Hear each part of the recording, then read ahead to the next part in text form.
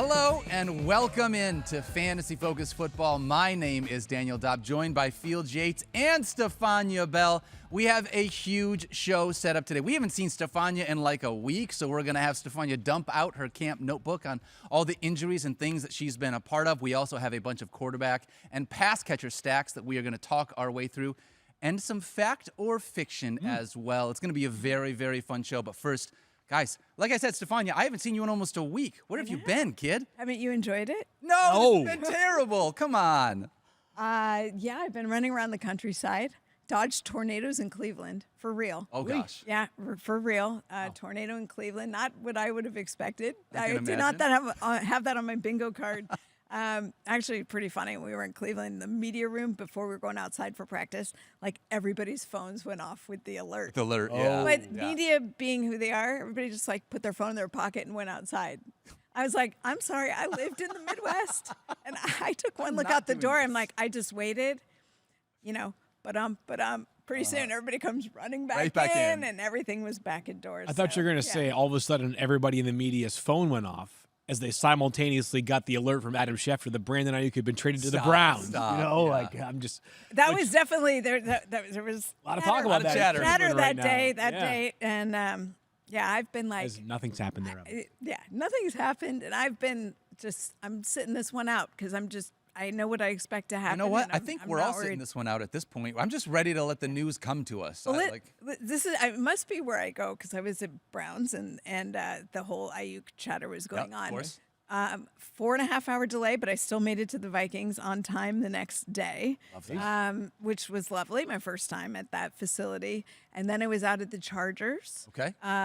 First time at that facility, brand new. Go Chargers, go. Stunning weather, as you can imagine. And then I was at the Jets yesterday, and I had just put up a post about what a lovely, beautiful day it was, and everything was happy. By the time I got to my car, Hassan Reddick was making news. Yes, he was. Everywhere I've been, there's been a lot of buzz.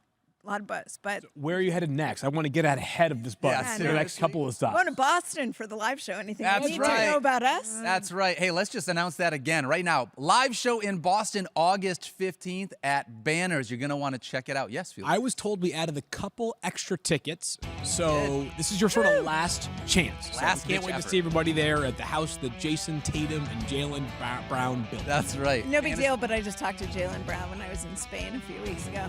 Wow. Maybe we'll drop a little NBA knowledge to the show. Really? Wow. Okay. Awesome. FantasyFocusLive.com to get your tickets. It is August 15th. Going to be a ton of fun. Food is free. Drinks are free. The fantasy advice, as long as you're getting it not from Mike, is going to be pretty good as well. So Mike is the first 3 pieces of advice that Mike gives. Everybody knows this. Are free. 4 and beyond, you got to pay. You got to pay. Dime per each piece of subsequent advice from Mike Clay. He's one of those. That's how you keep the lights on in the Clay. That's what he does. So, anyways, can't wait for that show on Thursday night. It's a little bit of a homecoming for us. Field used to live there. I was born in Boston. Heck yeah. My dad's from Boston, so this is definitely nice for me. Going back to Boston. A lot of Yateses will be there on Thursday night. Can't wait for a big show. All right, I got one piece of news before we get into the rest of the show. Stephania. Do you want me to handle this? Or are you okay emotionally? I'm having heart palpitations right now. He's not okay. Yeah, Jahymr Gibbs from the Lions left practice early yesterday. Lions have this updated reporting policy as far as injuries go, where they ask beat reporters to refrain until the end of training camp practices to dispense news related to injuries. Yep. So we all got the information from Eric Woodyard that it was a leg injury for Jahymr Gibbs. Adam Schefter followed up, calling it a hamstring injury. Daniel, I'm so sorry. Stephania, anything else that we need to know about this right now? I think if you look around the league, there are a plethora of these soft tissue injuries, and you really don't know when the news is first reported what the severity is. So I think that's the thing to keep an eye on, because the hard part and the nuance of this right now that's difficult to manage is that everybody's going to get conservative, especially the closer it gets to the actual start of the season. So something that might be a few days or even a guy reporting tightness, all of a sudden turns into we're not going to see him at practice for 2 weeks. So I think right now this has got me paying attention. We don't like to see this because it can turn into something bigger during the season, but we're not going to panic just yet. Let's wait and see what we hear from the Lions and Sure. if he's able to get back into practice. Just a reminder, and I don't think you can even call David Montgomery an insurance policy because he's much more than that. He has standalone value, but he had a rushing touchdown in 11 different games last season. That was tied for the most in the NFL. Obviously, if Jahymr Gibbs misses time early in the season, David Montgomery will be a lineup lock. He'd probably be inside our top 10 or 12 running backs for as long as Jahymr Gibbs is unavailable on the field. But for now, hoping for the best. Shefty, I hope you tweet in like 10 seconds that Jahymr Gibbs actually is 100% fine. Totally He's practicing fine. today. Yes. Field, at this point, That would actually make me more nervous. if he was back in practicing again. You get what I'm suggesting. Yeah. I'm hoping Adam says it's no big deal. He'll be back at some Everyone point is soon. fine. Have you changed your rankings at all? What do you need to do in order to change your Haven't rankings? done it yet. Yeah, it would take information that suggests the beginning of the season is in peril for me to move Jahymr Gibbs down more than like a slot or two. If he's going to miss 3 weeks and that pushes us right up towards the regular season, I might adjust him a couple spots down, 1 or 2. But right now, no change for Jahymr Gibbs. Obviously, very excited about this player. Yep. Let's get you healthy, get you back on the field, and dominate 2024. I'm with you. I co-sign on all that. All right, when we come back, we are talking about our top stacks in fantasy football for 2024. Stick around.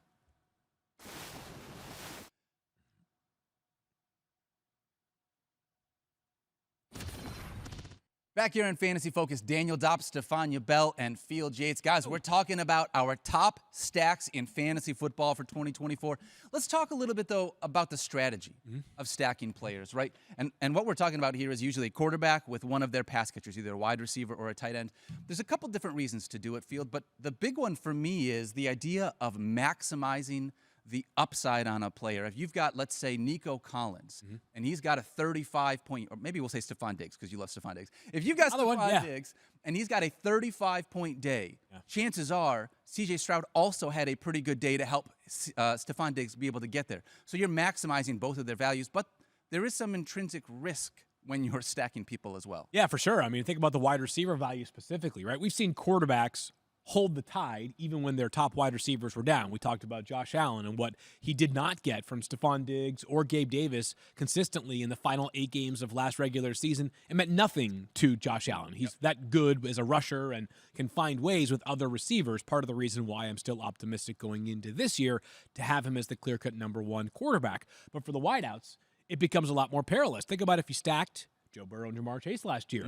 That offense took a very, very sharp turn when Joe Burrow was unavailable. It was basically trying to win with death by 1,000 paper cuts and Ja'Marr Chase only catching passes at or near the line of scrimmage.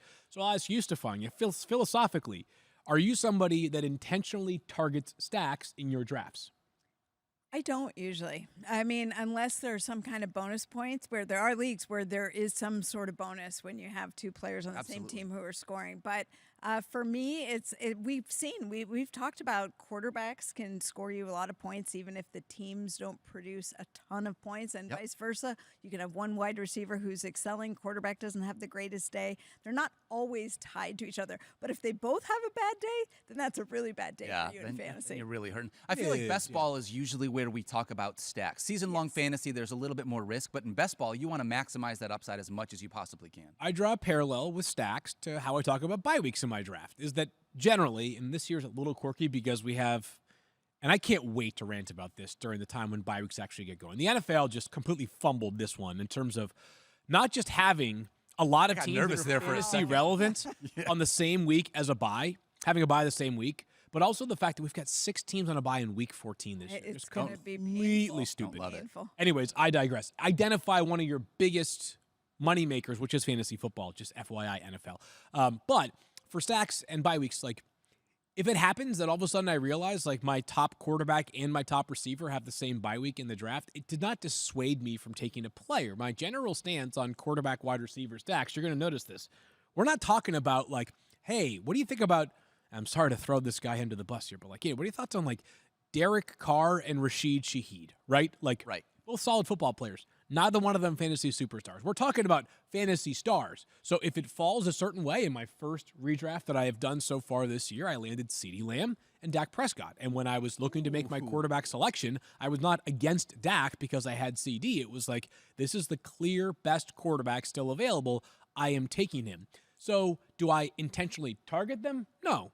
Do I avoid them? Also no. I'm going to draft the best players based off who is available at the time I am on the clock. I'm with you on that. All right, so I got a game set up for us. Here's what we're going to do. Okay. We got a handful of stacks at our disposal. We're going to let Stephania go first. It's going to be a little snake draft. So it's going to be Sounds Stephania, me, and Field, and then we're going to go backwards. Field, me, Stephania. Yep. So if you're picking your favorite stack in 2024, Stephania, Game Changer of the Year, Bell, I want to know which stack are you going Refer with? to me as either Game Changer of the Year or War Room League winner. There you go. But I will. There you go. We'll add this for this stack. I'm going to go with Jalen Hurts and AJ Brown. Don't tell Mike Clay I'm taking the Ooh, Eagles. okay. But because Jalen Hurts can score any which way, and he's one of those guys who can produce a ton of fantasy points, whether A.J. Brown has a good day or not. But A.J. Brown, who is the best receiver at getting separation, who is highly productive in the Eagles offense where there are a lot of people who can score you points, but A.J. Brown has proven to be a consistent high scorer. And the offense, pretty good. They're pretty good. Pretty good. They score. So The I'm gonna offense scores a go lot. with Yeah. Jalen Hurts and A.J. Brown. So can I ask a question? Actually, Dan, you make your pick, and then I'll ask the question, and then maybe alter my pick based off of what your answer is. But Okay. you go next. Because I got a few things I'm going to say too, but I'm going to save it. I think that's a really great pick, Stephania, and that's one of my top 5 was Jalen Hurts, AJ Brown. It's tough to go wrong because you're basically taking a guy that's top 3 to 4 at the quarterback spot and a top 7 wide receiver. So if I'm going to pick a stack, I'm going second overall. Let me guess. It's not Jared Goff and Amon-Ra St. Brown. They're not even available on this list. I know. No, it's the stack that Field just talked about that he took in his other league. It's CeeDee Lamb and Dak Prescott. If I can get what I think is the best wide receiver in the NFL, Assuming he plays. assuming that he plays. Sounds like reports from Adam Schefter, and I did his podcast yesterday, and it sounds like they're getting that part. Yep. The Dak Prescott thing, I'm not sure if we're going to get it done this But year. that won't impact Dak's availability. He's going to play. Agreed. He's going to grind it out. Dak, this is not equivalent to T. Higgins in my mind. Agreed. Because Dak, the other side of the rainbow for Dak is a free agency endeavor that includes a $60 million per year contract. Yeah.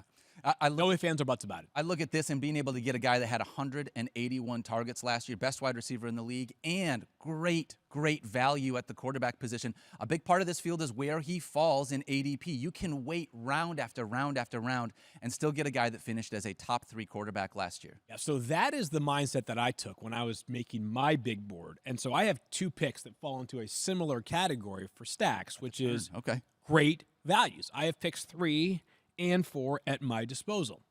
So I'm going to start with Kyler Murray and Marvin Harrison Jr. Everybody knows how I feel about Marv. I've got him all the way up at wide receiver 9, just as a data point. Yep. The rest of the ESPN rankers have him ranked outside the top 13. It's like 13.33 How on dare average, we? right? Well, and I get that, like, in some ways that sounds pretty close. In other ways, when you're talking about the difference between wide receiver 9 and wide receiver 13 or 14, it is relatively significant. So I'm in on Kyler, obviously, and I'm also in on Marvin Harrison Jr., and look at the price you're paying. I mean, even if Marv goes closer to where I have him ranked than where the ESPN rankers have him on average of 13.3, he might be like pick 20, 21, 22.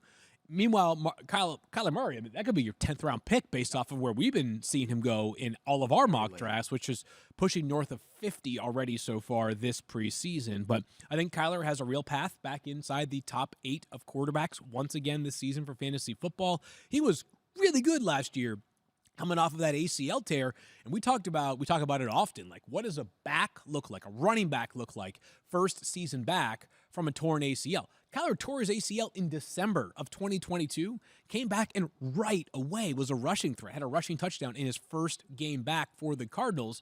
I'd imagine he'll be an even better scrambler this season with a full extra offseason of recovery from that major knee injury. And then Marv, again, I'm all in there. So that's pick 3, my number 1 pick.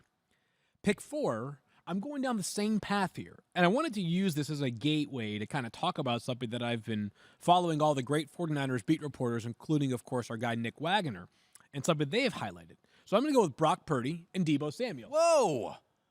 Really? Well, what? Yeah. That just seems, I'm surprised. Tell me why. This is I know, great you value just once sniped again. Me. So That was going to be my next Of course, choice. yeah. Okay, well, yeah. So here's the thing. Again, I'm tapping into the value here. Purdy, I am getting Brock Purdy in like the 11th round. Okay. He's going super late, and I understand that Brock Purdy does not have the same upside as many, if not all, of the quarterbacks that we have available, other than probably Tua. That's fair. But Brock is so rock steady. You know, the offense is tailor-made for him to thrive, and like he could be a good bet for, like, you know, being top 5 in games with at least 17 fantasy points. But Deebo Samuel is the player that I want to talk about next, and it's not if Brandon Ayuk is traded. It's the idea that the reports have been that perhaps the best player in 49ers training camp, acknowledging that Brandon Ayuk and Trent Williams have not been there on the practice field at all, has been Deebo Samuel. And I get it. Deebo was at times up and down last season, like many of his 49ers offensive teammates, other than Christian McCaffrey, because there's only one football to go around in the passing game. But let's not forget, a couple of years ago, we were talking about Deebo Samuel as perhaps the most unique offensive player in the entire NFL. It's kind of on Kyle Shanahan to decide just how big of a year Deebo Samuel has, because Kyle is the one that pulls the levers as far as the plays are called. But Deebo having a year that is better than wide receiver 23 is pretty conceivable to me right now. You could do whatever you want in the first 4 or 5 rounds of the draft with this stack targeted, because that's where you're getting these guys. Deebo maybe at best top of the fourth, late in the fourth, or top of the fifth, right? So you could really, you could crush your first 4 picks and still have this kind of stack available. And Deebo last year was going closer to like wide receiver 13 or 14. So you kind of needed that dominant season for it to pay off totally. With the discount factored in this year for Deebo, I think the stack is really interesting. Who'd you think I was going to take?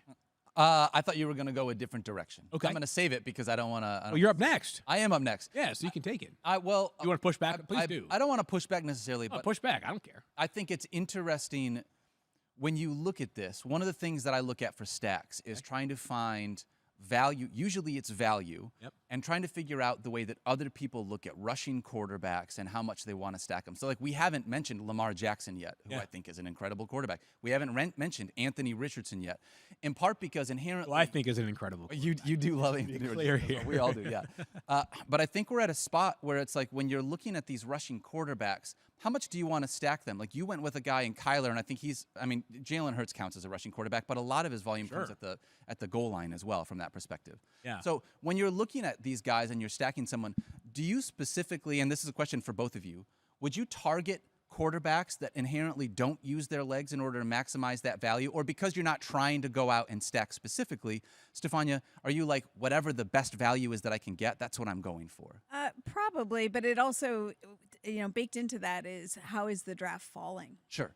Because depending on who you're drafting with, if they're drafting quarterbacks really early and I've decided I'm going to find my value elsewhere, I might grab a top receiver and wait a little bit longer to get the quarterback. And that would leave me in a scenario where I might get, believe it or not, Lamar's going a little bit later. In our mock drafts, we've seen that. And you could pick Lamar up not in the first or second round, and you can then get Zay Flowers later. I think with the Tua example, Tua to me is a little, he's going to run hot and cold, I think. So you're going to have weeks where you're going to have great production, and weeks maybe not so much. You expect Tyreek to be pretty consistent for you. But that's where the Brock Purdy, Deebo Samuel has appealed to me, is if I'm watching the draft and a lot of the top quarterbacks are going earlier than I want to take one, then I know I can do that because I'm going to be able to wait so much longer to do it. All right, I'm going to take a quarterback and a tight end then here. Oh, okay. And I'm going to go with Patrick Mahomes and Travis Kelce. Heyo. And I've got Travis Kelce as not Lamar and Mark. I was expecting. I thought Jacoby Brissett and Hunter Henry might have appealed to you. I thought about it. Yeah. It's tough to not go with Patrick Mahomes, understanding, even though last year, and we talked about this in the show yesterday, Field, quarterback 12 last year. And that feels like the floor. Now he's got a lot more at his disposal. Obviously, we want to make sure that Hollywood Brown is going to be healthy. We'll talk about him a little bit later in the show. But adding Xavier Worthy, having Rashee Rice come back, Field, I haven't heard any major updates on Rashee Rice as well. Nothing. All quiet on that front. I would suspect that if he's going to be suspended, it will be news that we will have by the end of August. Okay. If it happens. Especially because they play Thursday, September, 5th? Right. Otherwise, it feels like it could be like an Alvin Kamara type situation where the suspension ends up coming next football season. So Mahomes say he wanted to have more fun this season, and nothing sounds more fun to me than him and Travis Kelce improvising on the field. Like, it could be a lot of fun to watch those two. There was a little tight last year with them at times. Travis Kelce didn't have his best year coming off the massive season the year before. There's something about him saying that makes me feel like it's going to be interesting to watch. I think there is one reasonable pushback to this stack. Okay. We have talked at length this year that the quarterback position is super deep, and we love that second tier of QBs. Yep. Right, including two that I just mentioned. I mean, Stephania talked about Tua there for a second, but like You can also have Jordan Love in there. yep. Have a handful of guys. I hear voices in my head. I also hear voices in the studio. Someone might be in the studio. Okay, my bad. Sorry for losing my train of thought there for a second, but I'm not joking. This is not like a ghost hotel. They're just people. It's a big company. A lot of people around here. But in any event, we talked about how great the quarterback depth is this year, right? That second tier, the Jordan Love, Dak Prescott, Joe Burrow, even C.J. Stroud to a degree, Brock Purdy, Kyler Murray, Jaden Daniels, right? Great value there. Tight ends feels the same way, right? You've got these players like Trey McBride and David Njoku and Jake Ferguson, and there are players in between there, Evan Ingram, who could represent awesome options this season. So with Mahomes and Kelce, my only concern, but you're paying full freight at two spots where there's a lot of depth. I agree with you. I'm 100% with you on that. You could wait slightly longer and get Lamar Jackson and Mark Andrews, because that's actually probably who I'd stack with Lamar over Zay Flowers for me. Would be the Mark Andrews. And then Mark Andrews has been going a little later. Like I noticed in our mock drafts, there's a wait for him, and maybe it's because of the missed time last year, but we saw him come back and be productive. So I still like Lamar Jackson, Mark Andrews. That's who he's looking for so frequently in the red zone. A lot of touchdown opportunity with Mark Andrews. So to me, that's another opportunity. Absolutely. All right. Well, if I'm going to take Mahomes and Kelce, and I agree with everything you guys are saying, I'm paying a premium in order to get both of them. Yeah, for sure. But think about this, though. Fantasy football is the only place where we could sit here and say anything other than like glowing positive things about Patrick Mahomes and Travis Kelce, and it come across as like fairly reasonable. Now, I'm sure if this gets clipped and turned to a social slate, people will get all mad and say, no way. I'm still getting, I love it. I'm getting comments from rankings posts from like, mid-June still like, how the heck could you have so-and-so ranked over so-and-so? This is not fantasy football. No, it literally is fantasy football, people. I'm just trying to be clear here with you. So that would not be on my quarterback. That would not be on my stacks priority list, just because I have found myself finding more and more value with the running backs and the receivers early, especially those backs, just because we know there is sort of that drop-off point that every year kind of comes around that same level. It's like you get 20 backs in and you're like, maybe. I'm not sure I love this range. No, like maybe it might work, but it also might not work because that's what history tells us. Yeah. All right. If I'm going to go with Mahomes and Kelce, Stephania, tell me why you're going with Aiden O'Connell and Michael Mayer. Michael Mayer. I mean, the good news is you can get both of them off your waiver wire. Yeah. I know. That's for my dual Superflex stack league. That's right. That's right. I hope it's not the factory of sadness for the Raiders offensively this year. Me too. I want to see. I just hope that. Like, I will continue to, until proven otherwise, I will knock on wood.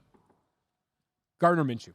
Again, maybe he's imperfect, but it's YOLO ball is good enough for me. I just want to pull that Halloween costume out. No, I actually have already started. My Halloween costume is already underway. I have a couple. There's one. I wish we had that item to throw up on the screen. Oh man, I have one specific item. No, but the world thought my legs were too hairy, which I was shamed. I got bullied on the internet because I got hairy legs. But I have already started my Halloween costume shopping this year. There's one item that is required to pull this getup together. Can't wait to see it. It's proving much more difficult to find than I thought on the internet, which is why I'm going to rope Daniel Dopp in, because Daniel is very resourceful. Oh, okay. Great. Well, that we can wait on. But what we can't wait on is my pick for my next pick in our stack draft. And I'm going to go with the quarterback I've been targeting all over the place. That's Anthony Richardson and his number one receiver, Michael Pittman. Yeah, love that.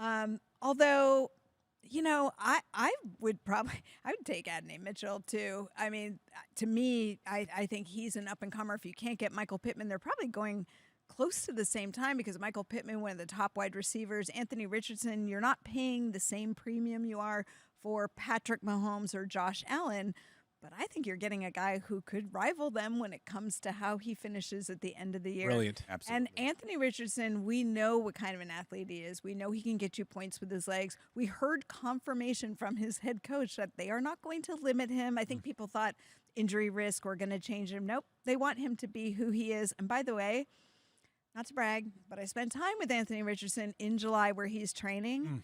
Let me just tell you that he's throwing the ball better than I would have even expected coming off the surgery that he had. He looks fantastic. I'm all in on Anthony Richardson. You guys, that's just that. Like, where can you get better analysis than that? The answer is nowhere. From Stephania's lips to God's ears, give me all the Anthony Richardson praise. And if you're a naysayer, go find a different show. I love it. All right. Head over to our YouTube chat. We got a poll up for which of the two stacks you like the most, Fields, Stephania's, or mine. Go over there and check that out when we come back. We're talking all fact or no fiction. Make sure you stick around.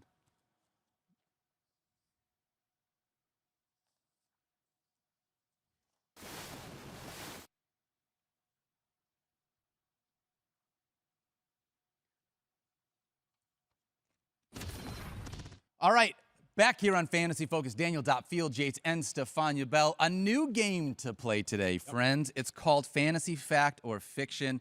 We got 6 different statements I'm going to throw at you. I'm going to weigh in as well. Tell me whether or not you think it is going to be a true statement or a false statement at the end of the season. Okay. Good to go? Yep. First one is, Stephania Bell, I'm going to ask you first. Tua will finish as a top 10 quarterback in fantasy football. I'm going to say fiction, and I love Tua. I'm a Tua apologist. When everybody was worried about him coming back after all the injuries last year, I stood up for him, and look, he played every single game. So he proved those naysayers wrong. Here's the thing. We've talked about this before. There are so many good quarterbacks. The depth is so high that when it comes to fantasy production, specifically fantasy production, I don't think that Tua ends in the top 10. I do think they will run some hot and cold. As I mentioned earlier, I think there will be games where they produce, I don't know if it'll be 70 points total this year, but we're going to have a lot of fantasy production with the running backs they have, with the Tyreek Hills and Jalen Waddles of the world over there. But and Tua is a scrambler, but I don't expect him to produce the same amount with his legs that I would get from a Josh Allen or a Jalen Hurts. So I'm going to say fiction. I'm with you on fiction as well. I don't think he utilizes his legs enough, Field, and it's tough to find a guy getting inside the top 10 when you are running as little as Tua did. Yeah, he 74 rushing yards last season. 74. That's like a half for Lamar Jackson. That's yes, he is not going to impact the game with his legs hardly at all. And how many games do you think Tua had last year inside the top 10? Probably 2. Stephania, how many do you think he had? I don't the 70-point week, and I don't know if there was another. That's it. It's 4. 4. So 3 out of 4 times he was not inside the top 10. It's a chemically imbalanced player. He hasn't had a top 20 week, since week 8. Wow. Of last season. That's bad. All right. I mean, and think about this. He led the NFL in passing yards last season, and he was quarterback 21 in a points. And he had a string where he was super productive for a few weeks in a row in terms of fantasy production, and then it was quiet for a while. And I think that's the nature of it. Look, he fits what Miami needs perfectly, but he might not meet what you need for your fantasy wins. I dropped the bad stat there. Top 10 since week 8 of last year. I just confused numbers. That was totally on me. I can't read that. I still can't believe, though, and we got to move on here. I can't believe, though, that he led the NFL in passing yards and was quarterback. Jared Goff could never. He would never do that. All right. How about this next one? Field, Bryce Young will have fantasy relevance this season. I don't want you to put your Mike Clay hat on. What do you think? Yeah, the answer is true, because whether he's great or he stinks, it's going to be fantasy relevant for the number 1 pick in the draft last year, right? I understand I'm kind of copping out here.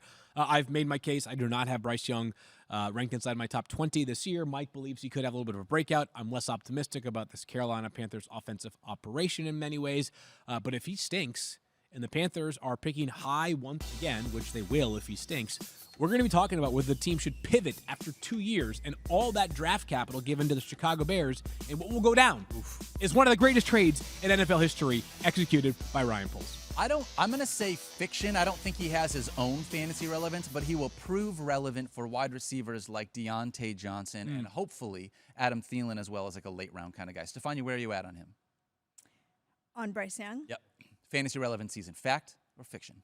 More relevant than last year? How's that? You can say that. A little hedging of the bets, but that's fine. That'll work.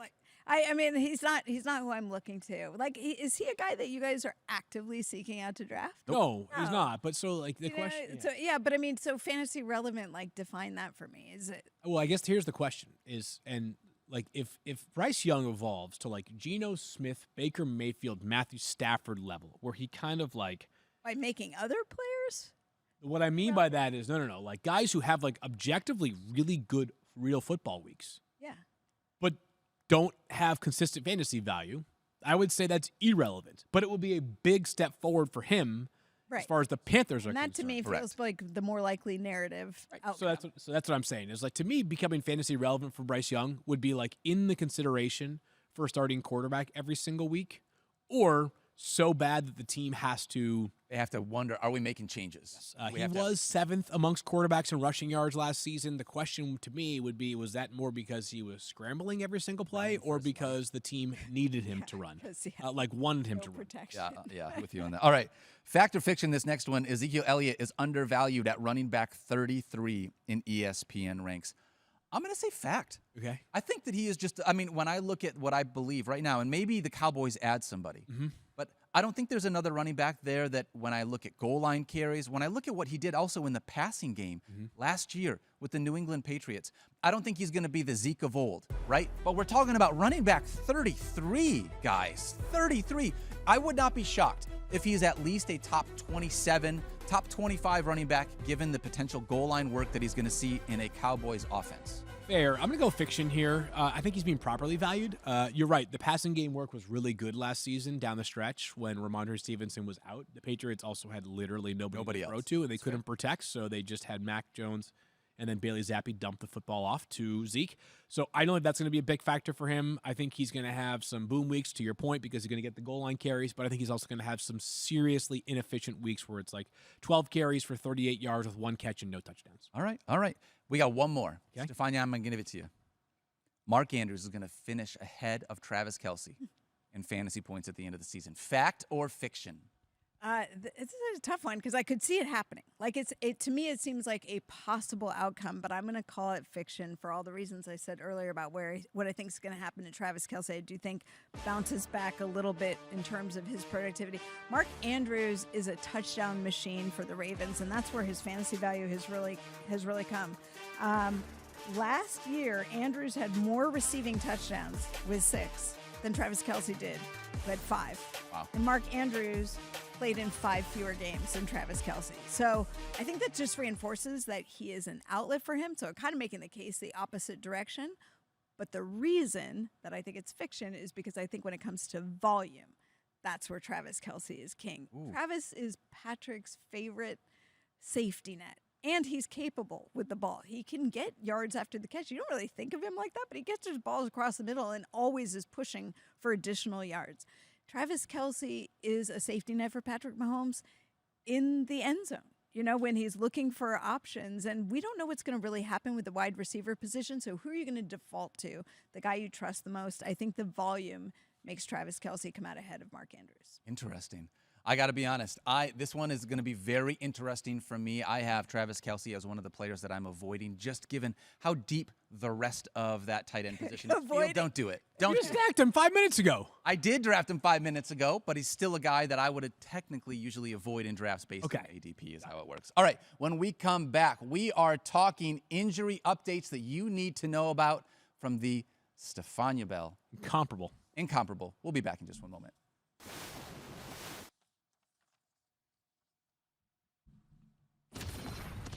Back here in Fantasy Focus, Daniel Dopp, Field Yates, Stephania Bell, and Stephania. So this is your big moment here, Daniel. You get to show Stephania. We were practicing saying it earlier in the hallway. That's right.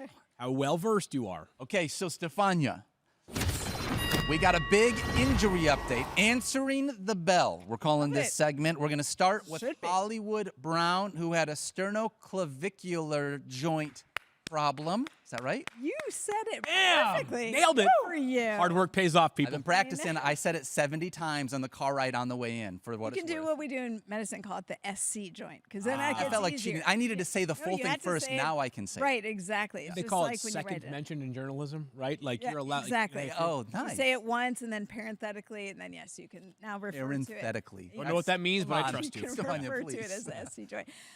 So listen, you might be hearing dislocated shoulder or reading that. And technically, we wouldn't say that medically. But the SC joint, which is right here, it's right here, guys. It's where your clavicle. That thing that sticks out? So your collarbone is the clavicle part. Feel your it. sternum is like the chest bone right here. And where the clavicle and the sternum meet, you have an SC joint, one right here and then one on the opposite side. So these are actually joints that do move a little bit when you move either your shoulder blade up and down, forward, backwards. So it's considered part of the shoulder complex. So if you're wondering, why is it being called a shoulder injury? That's why, because this has to function properly to get totally normal movement in your arm. Now, it's very stable. A lot of ligaments here, and it does not get damaged easily. It takes a lot of force, often falling on that shoulder and pushing energy through towards the chest, and it can pop it. It can move backwards, forwards. If it moves posteriorly, which is backwards, inward, the reason that matters, you got a lot of big blood vessels that matter here. Major arteries and veins. And so it's considered a medical emergency because you want to make sure there's no pressure on that. You want to make sure when you put the joint back into proper position that you're not impacting Is that why they took him to the hospital? That is why they take you to the hospital, and they can also image better. You know, x-rays often won't show an injury to this, or won't show it as well as when you get a CAT scan. And with a CAT scan, they can visualize everything in the area. I will tell you this. There's a case report that was published for a Rams player a number of years ago who had this injury, and they took him to the hospital, and they did what's called a closed reduction. They put it back into position, basically clamp the collarbone and pull it forward to realign it. But they need to have a cardiothoracic surgeon on standby because of the vessels that are there. So that's why when you hear about it, like, people don't understand, it can be very scary, and then it can turn out to not be scary at all. And in Hollywood Brown's case, what we heard from Andy Reid was that he did not require surgery. That means they didn't have to open him up to reposition it. So they got the joint back in place. Now it's a matter of letting it heal. It takes a while for the ligaments to scar down. Typically, it's 4 to 6 weeks on these, but it's a very small sample size, so it can be all over the place. But I would expect a few weeks at least. Would this impact the way that you are approaching Hollywood Brown in drafts, or is this not missing enough time that you think it would change the way you're looking at it? Here's the thing. We saw Tyreek Hill have the same injury and come back and be very productive. Okay. So Tyreek Hill had that. It's really interesting to me that it's happened twice on the Chiefs. That's just the most random factoid out there. But Tyreek Hill, once, the key is making sure they don't go back to contact too soon, because you don't want anything dangerous to happen. But once they go back and you're comfortable that it's stable, they're pretty much the same guy. Good to go. Okay. All right, another wide receiver here that we want to see get better. Malik Neighbors dealing with an ankle injury. All reports sound like this guy is he is him. Hey, they're like, right? Do not take him out of the lineup. Nothing can derail this. He is this offense. Yeah. So how are you looking at Malik Neighbors with his ankle injury? Well, all the reports are that it was minor and everything. Everybody's like, oh, good. Deep breath, exhale. It was minor. And that's terrific. And it sounds like this incident is minor. What you worry about is somebody who's had ankle sprains before, and then you have another ankle sprain. Like, does this become a recurring issue? Is it something that you could see multiples of with Malik Neighbors? That's more your concern. Does it change where you draft him fantasy-wise? No, because the expectation is that he's going to be back. But it sort of plants a little seed that you hope this is not something that continues. Okay, absolutely. Let's talk about Jonathan Brooks as well. Stephania, how are we approaching Jonathan Brooks knowing that this Panthers running back situation feels like there is some openness here that is open for the taking, honestly? Well, we heard that, there were some references to his coach saying that he expected him back in week 3 or 4, but you have to go look at the whole clip, because really it was sort of lobbed up to him as, oh, so you're saying week 3 or 4? And he's like, yeah, well, maybe. I mean, they're still not committing to a definitive timeline, and that's important. We've seen with running backs coming off ACL reconstruction that there is ramp-up time, and he's also getting acclimated to the NFL. Can't emphasize that enough. So I think they'll be smart with him. They have outwardly said they're going to be smart in how they manage him.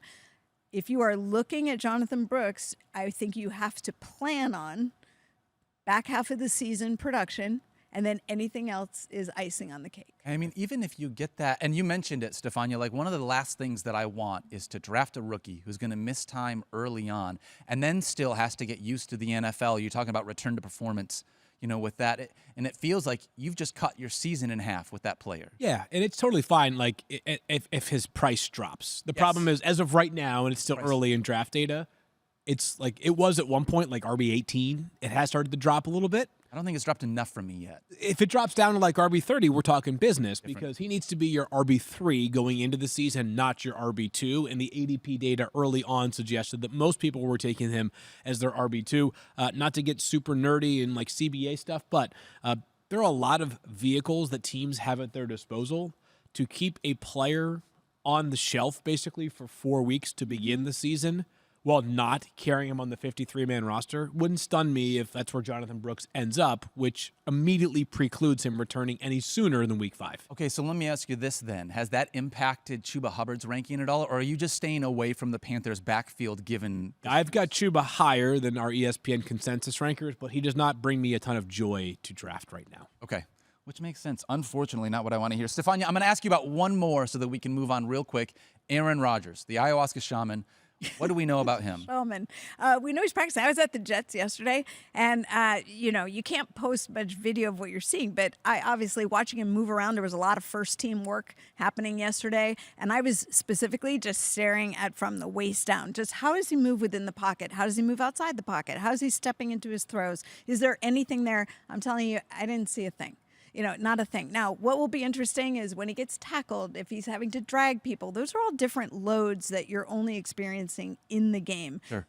But I don't see, look, Aaron Rodgers is moving like a guy who's a 40-year-old quarterback, right? He's not running the field like a Josh Allen, for example, but his throws are on point. He looks as sharp and accurate as ever. This is not going to hold him up. Okay.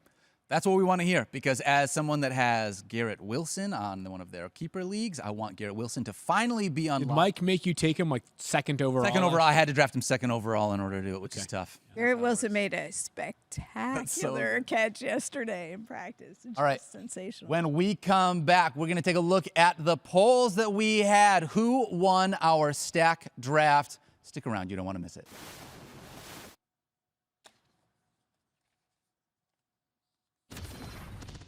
Back here on Fantasy Focus, Daniel Dopp, Field Yates, Stephania Bell, and we're talking about who won our stack draft. We asked a question in our YouTube chat. We got a bunch of people that weighed in. And what does that say? Stephania, 50% of the vote. I was a mere 11% field. You had 38%. Yeah, they really hated your draft. Yeah, they did not like. You know what it was? It was the ADP. They did not like me going early with Mahomes and Kelce. They're like, you got such good value everywhere else. Well, congratulations, Stephania. How was it to Eagles celebrate? fans in the house. That's right.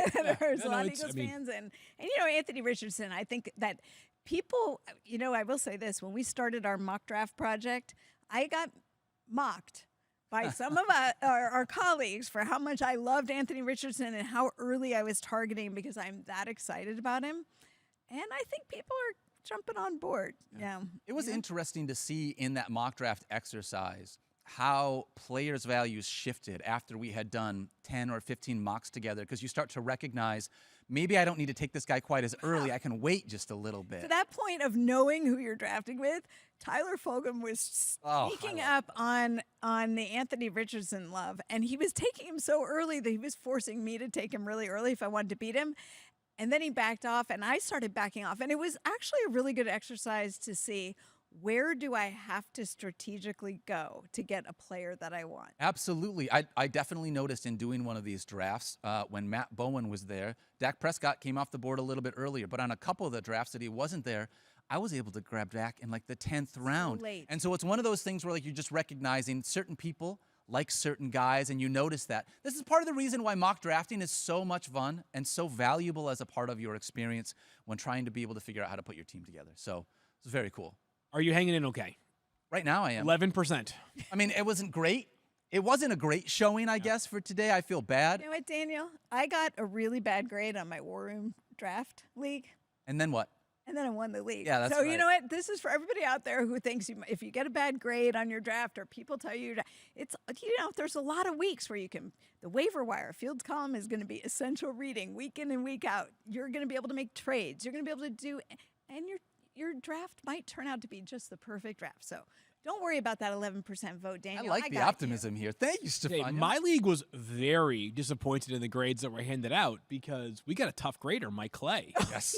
At the I helm. think he's given me all C's. Well, I'm in my first C's. redraft. There were 10 teams and only one person got an A. It was like 1A, 3 B's, and 6 C's. Wow. That sounds like Mike. That does sound like Mike, doesn't it? Yeah, he would be a mean teacher. He's just a stealer of joy. He doesn't really know a lot of fun. That's What would really Mike how it works. teach, though? Economics. Yeah, some math thing, something with numbers. Something with it, but he would teach it with like NASCAR theme. Oh, yeah. And F1 theme and fantasy football all rolled in. So he'd be like the cool professor that would show you stuff that would incorporate it into sports like that? We actually did a NASCAR segment on the show yesterday, just for Mike. See, It was just too bad Is that he F1 wasn't. back yet? Where's F1 been recently? Taking time off? I don't have know, enough but time. I need to travel with that's the travel. That's the schedule. one you Fine. want. Get on that beat. That'd be sweet. Yeah. Seriously. See you in Monaco next week. Yeah, we should do some F1 fantasy, by the way. We should. We should. I think. Hey, I have an idea. I have a tip for you guys. Draft Max Verstappen because he wins There every you go. race. That's it. I don't get how this sport is so popular when the same guy wins every single race. Every so often, Charles Leclerc, who's my favorite, wins. That's why. Okay. Oh, all right. Very- But it certainly feels like it's just like, yeah, Max does it again. What about the other guy? What about Max is Hamilton? kinda Lewis like- Hamilton. Max He's is had a kinda little like bit the of Chiefs. Annoying. They go to the Netherlands next weekend, I am told, by the great Kevin Pulsifer, who is about 20 feet away. Shout out, Pulse, absolute legend. When Well, they you go know to what? Vegas, I think we take the show on the We are not going to be in the Netherlands, but we are going to be in the Boston. Bahamas Yeah. Oh, next weekend. Both So, E's. Yeah. Bahamar.com/fantasy. Go check that out if you want to hit us up and hang out with us in the Bahamas. Also, check us out in Boston, August Doesn't sound 15th. fun at Banner's all. Kitchen and Bahamas. Tap. It is going to be so Fantasy much fun. football. Me, Fantasy Mike, football Field, now. Stephania, and Liz Loza, fantasyfocuslive.com to be able to get tickets. We're going to have free food. We're going to have free drinks, non-alcoholic drinks, and we're watching the Patriots and Eagles. It's going to be a ton of fun. Super Bowl preview. Thanks for hanging out with us today, guys. We will see you back tomorrow when maybe Mike plays part of the show. Who knows if he's going to show up. Who knows? See you guys. Packer.